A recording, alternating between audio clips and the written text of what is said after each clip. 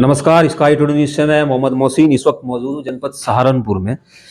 और आज आपको मुलाकात कराता हूँ कांग्रेस पार्टी महानगर अल्पसंख्यक के महानगर अध्यक्ष हारी सिद्दीकी से। कुछ मुद्दों को लेकर के बात करते हैं और हम अपने स्काई टुडे न्यूज़ के माध्यम से आपको हर वक्त कुछ ना कुछ ऐसे मुद्दों को लेकर के जानकारी देते हैं जो किसी धर्म से संबंधित हो या किसी राम मंदिर से संबंधित या जो राजनीति चल रही है। आज हम आपको एक ऐसे मुद्दे को लेकर के बात करेंगे जिसके साथ हमारे स्टूडियो में मौजूद है हारी सिद्दीकी साहब। हारी सिद्दीकी साहब से बात हारी सिद्दीकी साहब, चैनल में स्वागत है आपका। बहुत बहुत बहुत शुक्रिया।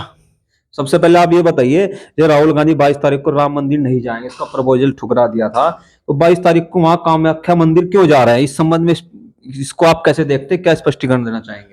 राहुल गांधी जी, सबसे पहली बात तो यह है, राम मंदिर किसी की मीरास नहीं है। वो सब हिंदुओं की मीरास है, सब हिंदुओं की प्रॉपर्टी है, क्योंकि वो एक धार्मिक स्थल है। तो वहाँ पर किसी ने कोई अपना कब्जा तो कर नहीं लिया कि सिर्फ इसमें भाजपा वाले जाएंगे। राम मंदिर 22 तारीख को इसलिए नहीं जाया जा रहा है क्योंकि अधूरा राम मंदिर है, अभी काम चल रहा है, और अधूरे चीज़ में कैसे राम जी की प्राण प्रतिष्ठा हो सकती है। दूसरी बात, राहुल गांधी जी वहां पर इसलिए नहीं जा रहे हैं क्योंकि वहां पर शंकराचार्य नहीं जा रहे हैं। अगर वहां पर शंकराचार्य जाते तो राहुल गांधी जी 101% वहां पर जाते।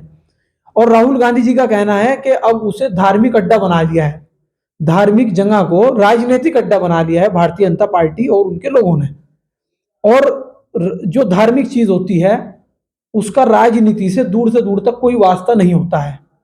इसलिए कांग्रेस पार्टी ने इसका पूरी तरीके से खंडन किया है। ना वहां पर राहुल जी जा रहे हैं, ना वहां पर सोनिया जी जा रही है, ना वहां पर प्रियंका जी जा रही है। वहां पर कांग्रेस पार्टी का कोई नेता नहीं जा रहा है, तो इसलिए हम भी नहीं जा रहे हैं, राहुल गांधी भी नहीं जा रहे हैं। चलिए, दूसरा सवाल पूछते हैं आपसे। आप कहते हैं कि राम मंदिर नहीं जाना है, लेकिन आपके प्रदेश अध्यक्ष अजय राय और कांग्रेस पार्टी के प्रभारी महासचिव अविनाश पांडे कल अयोध्या क्यों गए? इसके स्पष्टीकरण दीजिए। और क्या देखते हैं अब ये क्या मतलब चल रहा है राम मंदिर को लेकर? पहले प्रपोजल ठुकरा दिया, फिर आपके प्रदेश सचिव साहब जा रहे हैं, अन्य जा रहे हैं, इस संबंध में क्या कहना चाहिए? ऐसा है, राहुल जी ने और मल्लिकार्जुन खड़गे जी ने ये कहा था कि पार्टी के हिसाब से कोई नहीं जाएगा। अगर कोई व्यक्तिगत रूप से जाना चाहता है वो जाए, भाई उसकी जिंदगी है। वो पार्टी के जब वर्क करता है तो वो पार्टी के रूप से चलेगा, पार्टी की शालीनता और पार्टी के नियमों के साथ चलेगा। और जब वो अपने घर जाएगा तो वो जाहिर सी बात है, स्कूल में बच्चा 5 घंटे रहता है, फिर उसके बाद वो अपने माँ बाप के सुपुर्द हो जाता है। तो आदरणीय अजय राय जी और आदरणीय अविनाश पांडे जी व्यक्तिगत तौर पर, पार्टी की तरफ से नहीं बल्कि अपने व्यक्तिगत तौर पर वो मंदिर गए हैं।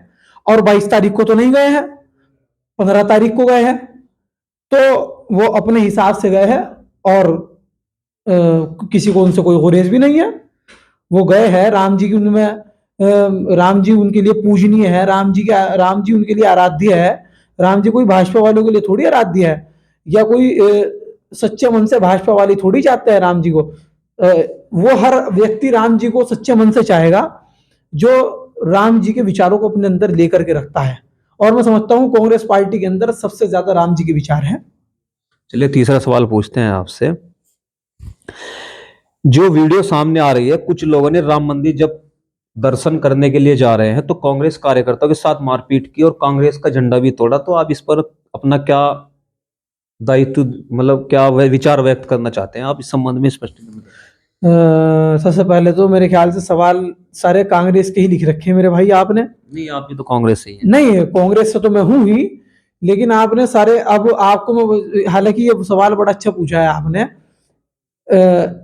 प्यारे लाल जी जो कि कांग्रेस पार्टी का हमेशा झंडा उठा करके रखते हैं, अयोध्या जब अजय राय जी और अविनाश पांडे जी के साथ वो गए तो वहां पर कुछ गुंडे लोगों ने, कुछ अराजक तत्व जैसे मानसिकता के लोगों ने, जो हमेशा अनुशासनहीनता फैलाते हैं, जहां पर भी जाएंगे वहां पर कोई ना कोई बवाल कर देते हैं। तो उन लोगों ने एक राष्ट्रीय पार्टी के ध्वज का अपमान किया है और उनके साथ गाली गलौज की है, मारपिटाई की है, और जिसके ऊपर कांग्रेस पार्टी उनके खिलाफ कार्यवाही भी कर रही है। और प्यारे लाल जी का जो हमेशा वो राष्ट्रीय पार्टी का, हमारी कांग्रेस पार्टी का ध्वज लेकर के चलते हैं, झंडा लेकर के चलते हैं, तो उसे तोड़ मरोड़ दिया बिल्कुल। और प्यारे लाल जी के कपड़े फाड़ दिए। तो मैं समझता हूं ऐसे अराजकता तो ना तो उनका कोई धर्म होता है, ना उनकी कोई पार्टी होती है। और अगर वो किसी पार्टी से या किसी उससे संबंध रखते हैं तो उनकी कोई विचारधारा नहीं होती है। ऐसे बदबख्त लोग हमेशा से होते हैं, हमेशा से है और हमेशा रहेंगे। चलिए, आप करें एक सारे सवाल कांग्रेस को, इससे हटके एक सवाल पूछते हैं आप।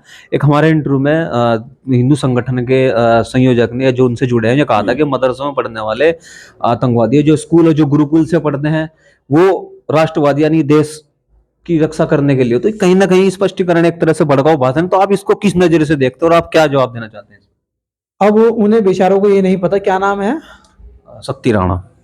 शक्ति राणा जी को ये नहीं पता, क्योंकि मैं भी उनके पूरे धर्म की मालूमात नहीं रखता, तो वो बेचारे मेरे धर्म की कैसे पूरी मालूमात रख ले कि मेरे घर में क्या हो रहा है, मेरे घर में आज क्या पक रहा है, जब मुझे नहीं पता उनके घर में आज क्या हो रहा है, क्या पक रहा है, वो किन परेशानियों के साथ जूझ रहे हैं। उन्हें ये नहीं पता कि मुसलमान के यहाँ जितने भी बच्चे होते हैं, सबसे पहले उनकी शिक्षा मदरसे के अंदर ही होती है।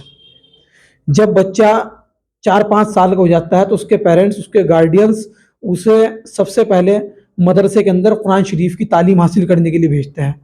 तो हिंदुस्तान के अंदर तो 30-35 करोड़ मुसलमान हैं, तो इसका मतलब जी वो सारे मदरसे से पढ़े हुए हैं, मस्जिद से पढ़े हुए हैं, इमाम साहब से पढ़े हुए हैं, तो उनकी नजरों में सारे आतंकवादी हो गए। एपीजे अब्दुल कलाम उनकी नजरों में आतंकवादी थे।